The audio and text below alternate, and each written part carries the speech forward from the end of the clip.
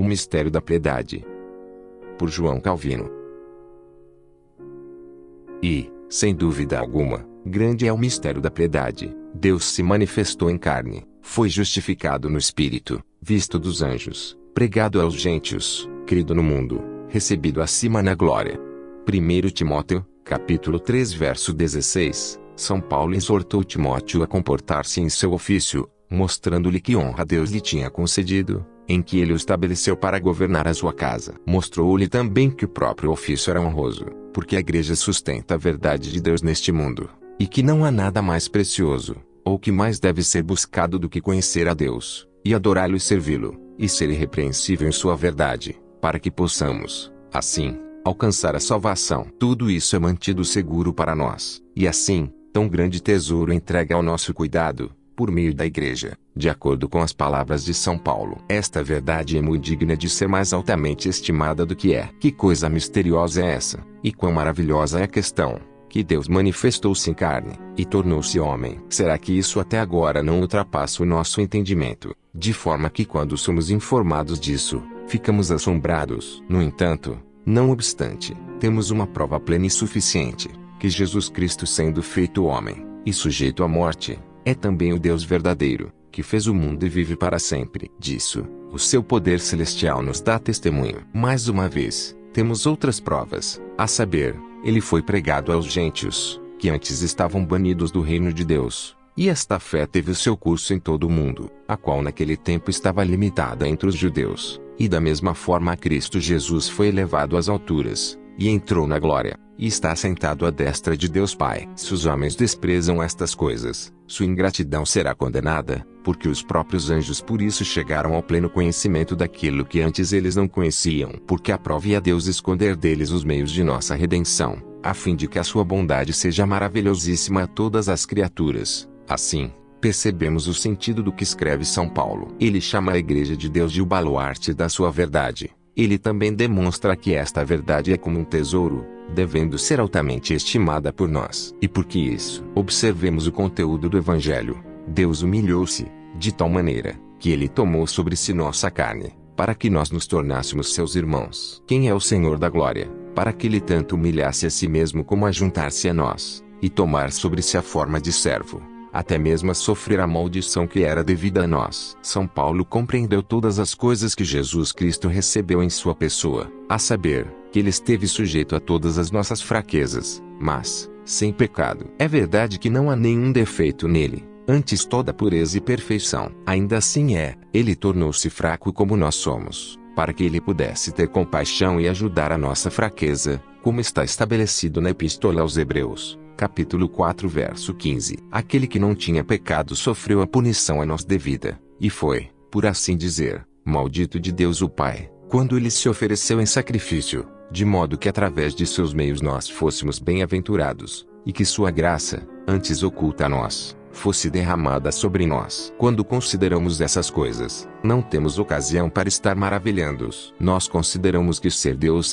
nós podemos, em nenhuma sabedoria alcançar a sua majestade, que contém todas as coisas em si, a qual mesmo os anjos adoram. O que há em nós? Se lançarmos os nossos olhos sobre Deus, e, em seguida, adentramos em uma comparação, ai de mim, chegaremos perto dessa altura que sobrepuja os céus? Não. Antes podemos ter qualquer familiaridade com isso, pois não há nada senão podridão em nós, nada, a não ser o pecado e a morte. Então deixem vir Deus vivo, a fonte da vida, de glória eterna, e de poder infinito, e não apenas aproximar-se de nós, de nossas misérias, nossa desventura, nossa fragilidade, e este abismo sem fundo de toda iniquidade, que há nos homens. Deixem que não somente a majestade de Deus se aproxime disso, mas que ele se una a isso, e faça-se um com isso, na pessoa de nosso Senhor Jesus Cristo. O que é Jesus Cristo? Deus e homem. Mas como Deus e homem, que diferença há entre Deus e o homem? Sabemos que não há nada em nossa natureza,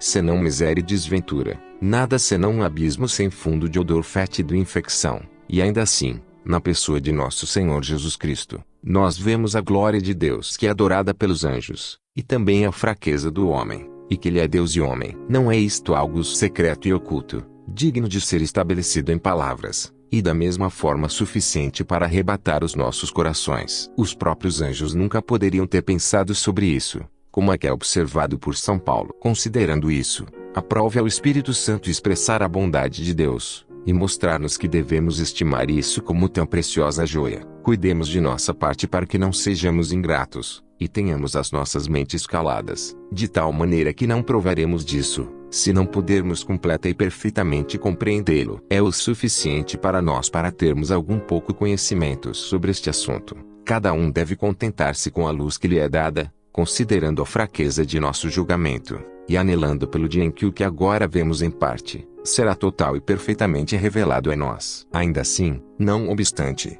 nós devemos empregar nossas mentes e os estudos neste caminho. Porque São Paulo chama isso de um mistério de fé, que Jesus Cristo, que é Deus eterno, manifestou-se em carne. É como se ele dissesse: quando somos unidos a Deus, e feitos um só corpo com o Senhor Jesus Cristo, devemos contemplar o fim para o qual fomos criados, a saber, que possamos conhecer que Deus está unido e feito um conosco na pessoa de seu Filho. Assim, devemos concluir que nenhum homem pode ser um cristão, a menos que ele conheça este segredo que é descrito por São Paulo. Devemos agora examinar e questionar homens e mulheres se eles conhecem o que significam essas palavras, que Deus foi manifestado em carne. Somente 1 a cada 10 poderia produzir tão boa resposta quanto a que seria esperada de uma criança. E, no entanto, não precisamos nos maravilhar com isso, pois vemos que negligência e desprezo há na maior parte da humanidade. Nós mostramos e ensinamos diariamente em nossos sermões que Deus tomou sobre si a nossa natureza, mas como os homens de fato nos ouvem? Quem há aqui que se aflige sobremaneira para ler a Escritura? Há pouquíssimos que observam essas coisas. Cada homem está ocupado com o seu próprio negócio. Se há um dia da semana reservado para a instrução religiosa, quando eles passaram 6 dias em seu próprio negócio,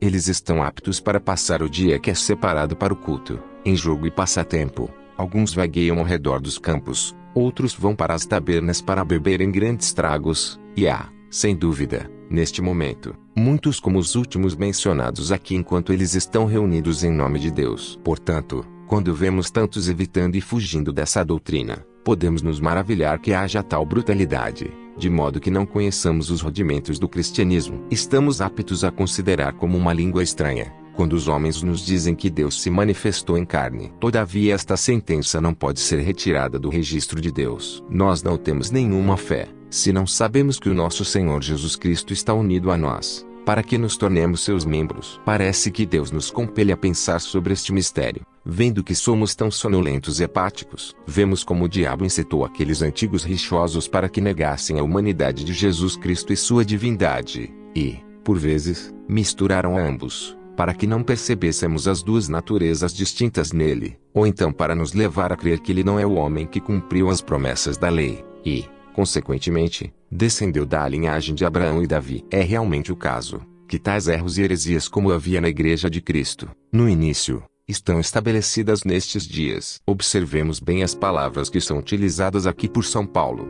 Deus se manifestou em carne. Quando ele chama Jesus Cristo de Deus, ele admite esta natureza que ele tinha antes que o mundo existisse. É verdade, há somente um Deus, mas nesta única essência devemos compreender o Pai, e uma sabedoria que não pode ser separada dele, e uma virtude eterna, que sempre esteve, e sempre será dele. Assim, Jesus Cristo era verdadeiramente Deus. Como ele era a sabedoria de Deus antes que o mundo fosse feito, e antes da eternidade. Diz-se que ele se manifestou em carne. Pela palavra carne, São Paulo nos dá a entender que ele era verdadeiro homem, e tomou sobre si a nossa natureza. Pela palavra manifesto, ele mostra que nele havia duas naturezas. Mas não devemos pensar que há um Jesus Cristo que seja Deus, e um outro Jesus Cristo que seja homem. Mas devemos somente compreendê-lo como Deus e homem. Distingamos, então, as duas naturezas que há nele, para que saibamos que o Filho de Deus é nosso irmão. Deus suporta as antigas heresias, que em tempos passados conturbaram a Igreja,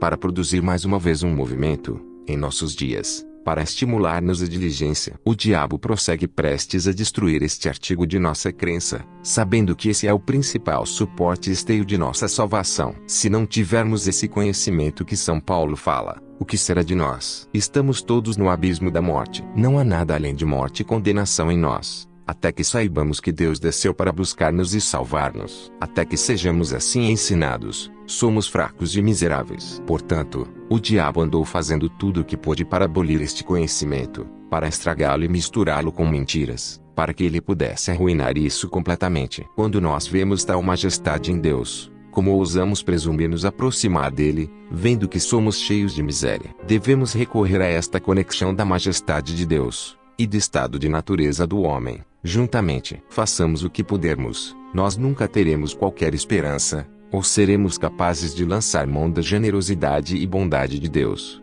de forma a retornar a Ele e invocá-lo, até que conheçamos a majestade de Deus que está em Jesus Cristo, e também a fraqueza da natureza humana, que Ele recebeu de nós. Estamos totalmente desprovidos do reino dos céus, o portão está fechado contra nós, de modo que não podemos entrar nele. O diabo tem aplicado toda a sua astúcia para perverter esta doutrina, vendo que a nossa salvação está fundamentada nela. Devemos, portanto, estar tanto mais confirmados e fortalecidos na mesma, para que nunca sejamos abalados, mas permaneçamos firmes na fé, que está contida no Evangelho. Antes de tudo, temos esta observação, que nunca conheceremos que Jesus Cristo é nosso Salvador, até que saibamos que Ele era Deus desde a eternidade. Aquilo que foi escrito ao seu respeito por meio de Jeremias, o profeta, necessita ser cumprido, mas o que se gloriar, glória-se nisto, em me entender e me conhecer, que eu sou o Senhor. Jeremias, capítulo 9 verso 24. São Paulo demonstra que isto deve ser aplicado à pessoa de nosso Senhor Jesus Cristo,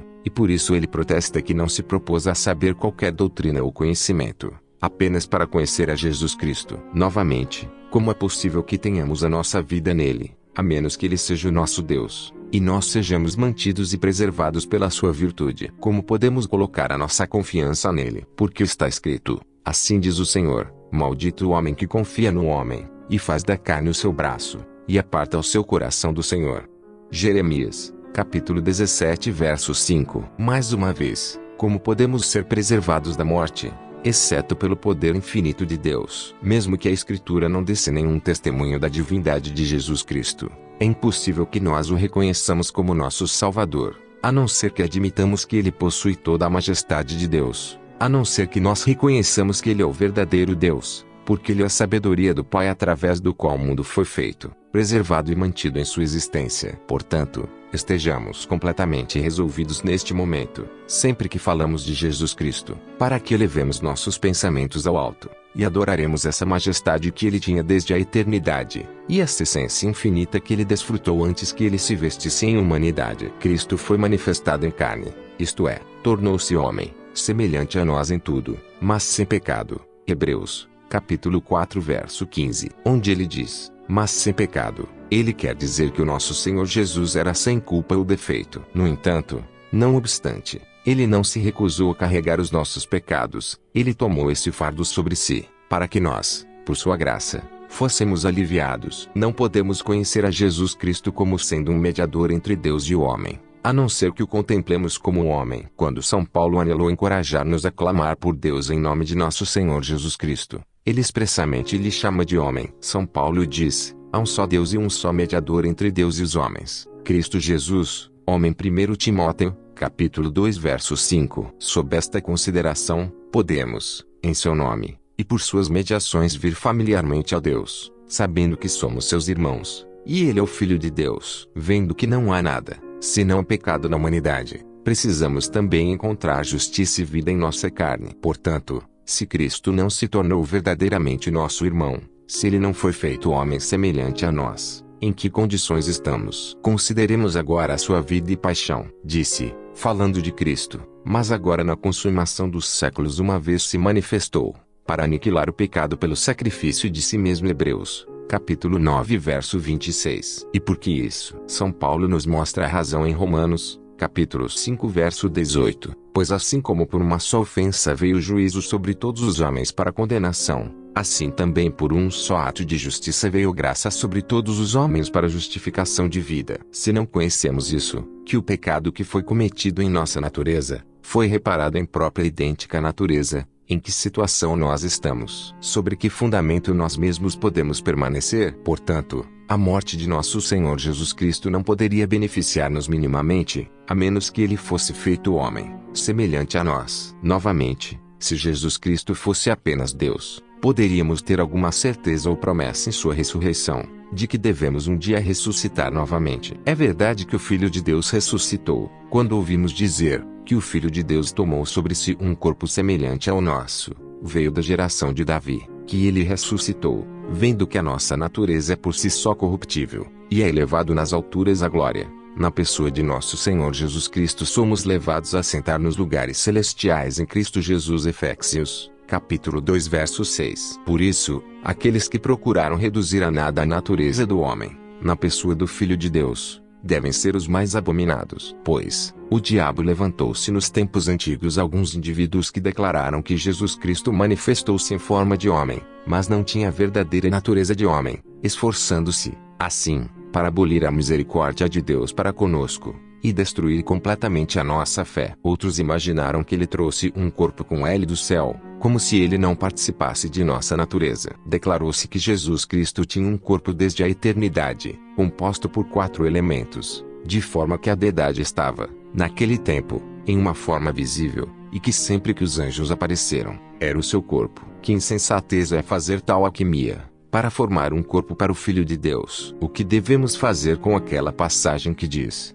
porque, na verdade, ele não tomou os anjos, mas tomou a descendência de Abraão. Por isso convinha que em tudo fosse semelhante aos irmãos, para ser misericordioso e fiel sumo sacerdote naquilo que é de Deus, para expiar os pecados do povo. Hebreus, capítulo 2 versos 16 e 17. Disse: ele tomou sobre si a nossa carne, e tornou-se nosso irmão. Sim, e que ele foi feito semelhante a nós, para que pudesse compadecer-se de nós, e ajudar as nossas fraquezas. Ele foi feito a descendência de Davi, para que pudesse ser conhecido como o Redentor que foi prometido, a quem os pais esperaram em todas as épocas. Lembremos-nos do que está escrito: o Filho de Deus se manifestou em carne, ou seja, ele tornou-se de fato homem, e nos fez um com ele, de modo que agora podemos chamar Deus de nosso Pai. E por que isso? Porque somos do corpo de seu Filho único. Mas, como somos de seu corpo? Porque ele se agradou em juntar-se a nós, para que fôssemos participantes de sua substância. Nisto vemos que não é uma vã especulação,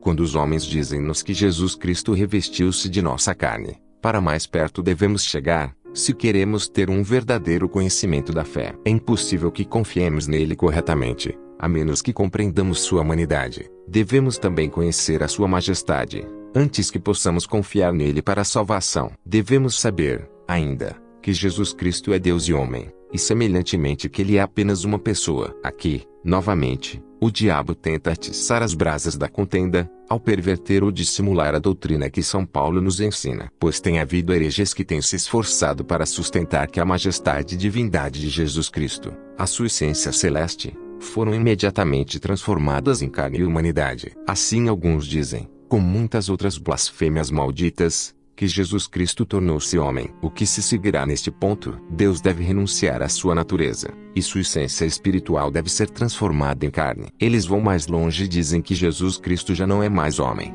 mas sua carne tornou-se Deus. Estes são maravilhosos alquimistas, para produzir tantas novas naturezas de Jesus Cristo. Assim, o diabo levantou esses sonhadores em tempos passados, para perturbar a fé da igreja, os quais são agora renovados em nosso tempo. Por isso, observemos bem o que São Paulo nos ensina nesta passagem, pois ele nos oferece uma boa armadura, para que possamos nos defender contra tais erros. Se quisermos contemplar a Jesus Cristo em seu verdadeiro caráter, vejamos nele essa glória celestial, que ele tinha desde a eternidade. E em seguida, venhamos à sua humanidade, que foi descrita até aqui, para que possamos distinguir as suas duas naturezas. Isso é necessário para nutrir a nossa fé. Se buscamos obter vida em Jesus Cristo, devemos entender que ele tem toda a divindade nele, porque está escrito: porque em ti está o manancial da vida, na tua luz veremos a luz. Salmos 36, verso 9. Se quisermos estar guardados contra o diabo, e resistir às tentações de nossos inimigos, devemos saber que Jesus Cristo é Deus. Para ser breve,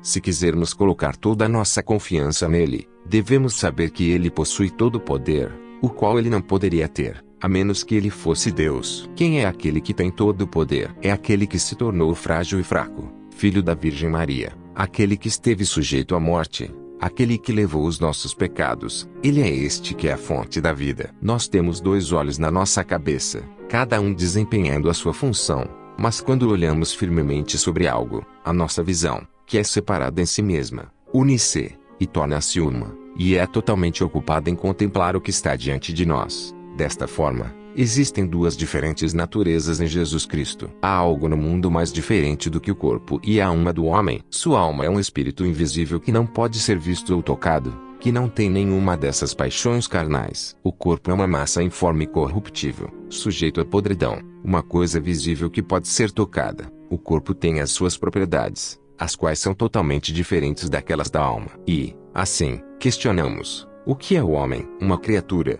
formada de corpo e alma. Se Deus usou de tal feitura em nós, quando Ele nos fez de duas naturezas diversas, por que deveríamos achar estranho que Ele empreendeu um milagre muito maior em Jesus Cristo? São Paulo usa essas palavras: se manifestou, para que possamos distinguir sua divindade de sua humanidade, para que possamos recebê-lo como Deus manifestado em carne, isto é, aquele que é verdadeiramente Deus, e ainda assim fez-se um conosco. Portanto, somos os filhos de Deus, sendo Ele nossa justificação. Somos libertos do fardo de nossos pecados. Considerando que Ele nos purificou de toda a nossa miséria, nós temos riquezas perfeitas nele. Em suma, considerando que Ele submeteu-se à morte, estamos agora assegurados da vida. São Paulo acrescenta: foi justificado no Espírito. A palavra justificado é muitas vezes utilizada na Escritura como aprovado. Quando se diz, ele foi justificado, não é que ele tornou-se justo, não é que ele foi absolvido pelos homens, como se fossem seus juízes, e que ele se obrigou a dar-lhes uma explicação. Não existe tal coisa, mas isto é quando a glória é dada a ele, a qual ele merece, e nós o confessamos ser o que realmente ele é. O que é dito é isso: o Evangelho é justificado quando os homens o recebem, em obediência, e por meio da fé, submetendo-se à doutrina que Deus ensina. Assim, neste lugar, disse que Jesus Cristo foi justificado no Espírito. Não devemos nos contentar, olhando para a presença corporal de Jesus Cristo, que era visível, mas temos de olhar mais alto. São João diz que Deus se fez carne, ou a palavra de Deus, que é o mesmo. A palavra de Deus, que era Deus antes da criação do mundo, se fez carne, isto é, se uniu à nossa natureza, de modo que o Filho da Virgem Maria é Deus. Sim, o Deus eterno. Seu infinito poder foi ali manifestado, que é um seguro testemunho de que Ele é verdadeiro Deus. São Paulo diz: Jesus Cristo, nosso Senhor, nasceu da descendência de Davi. Ele também acrescenta: ele foi declarado ser o Filho de Deus. Romanos, capítulo 1. Não é o suficiente para nós que o contemplemos com nossos olhos naturais, pois, neste caso, nós não subiremos mais alto do que o homem. Mas quando vemos que por meio de milagres e prodígios, Ele mostra a si mesmo como sendo o Filho de Deus, isto é um selo e prova que, humilhando a si mesmo, Ele não excluiu a sua majestade celestial. Portanto, podemos ir a Ele como nosso irmão, e ao mesmo tempo adorá-lo como o Deus eterno, por meio de quem fomos feitos, e por quem somos preservados. Se não fosse por isso, não poderíamos ter nenhuma igreja. Se não fosse isso, não poderíamos ter nenhuma religião. Se não fosse isso, não teríamos nenhuma salvação. Seria melhor para nós que fôssemos animais irracionais, sem razão e compreensão, do que estivéssemos destituídos desse conhecimento. A saber, que Jesus veio e uniu a sua divindade à nossa natureza, que era tão desventurada e miserável. São Paulo declara que isso é um mistério, para que não possamos ir a Ele com orgulho e arrogância, como muitos fazem, os quais desejam ser julgados sábios. Isso tem produzido o aparecimento de muitas heresias. E, de fato, o orgulho sempre foi a mãe das heresias. Quando ouvimos esta palavra, mistério, lembremos-nos de duas coisas. Em primeiro lugar, que nós aprendamos a nos manter sob os nossos sentidos, e não nos gloriemos de possuirmos conhecimento e capacidades suficientes para compreender tão vasto assunto. Em segundo lugar, aprendamos a ir além de nós mesmos, e a reverenciar esta majestade que excede todo o nosso entendimento. Não devemos ser lentos nem sonolentos, mas considerar essa doutrina, e nos esforçarmos para que nos tornemos instruídos nela. Quando adquirirmos algum pouco conhecimento sobre ela, devemos nos esforçar para beneficiar-nos com isso, todos os dias de nossa vida. Quando nós obtivermos esse conhecimento, de forma que o Filho de Deus esteja unido a nós, deveríamos lançar nossos olhos naquilo que é tão altamente estabelecido nele, isto é, a virtude e o poder do Espírito Santo. Então, Jesus Cristo não apenas evidenciou-se como homem, mas mostrou-se de fato que Ele era o Deus Todo-Poderoso, visto que toda a plenitude da divindade habitou nele. Se uma vez conhecermos isso, bem podemos perceber que não é sem razão que São Paulo diz que todos os tesouros da sabedoria estão escondidos em nosso Senhor Jesus Cristo. Quando uma vez lançarmos mão das promessas deste mediador, e conheceremos a altura e profundidade, o comprimento e a largura, sim, e tudo o que é necessário para nossa salvação, para que possamos firmar a nossa fé nele, como sobre o único e verdadeiro Deus, e também contemplá-lo como nosso irmão, que não somente aproximou-se de nós, mas uniu-se e juntou-se a nós de tal maneira, que ele se tornou de mesma substância. Se viermos a isso, saibamos que chegamos à perfeição da sabedoria, que é falada por São Paulo em outro lugar, de modo que podemos nos alegrar plenamente na bondade de Deus, pois, aprove a ele nos iluminar com o brilho de seu evangelho e nos atrair para o seu reino celestial. O mistério da piedade. Por João Calvino. Traduzido do inglês. The Mystery of Godliness, by John Calvin. Tradução e capa por Camila Almeida. Revisão por William Teixeira. Primeira edição, março de 2015. Texto tirado do site O Estandarte de Cristo.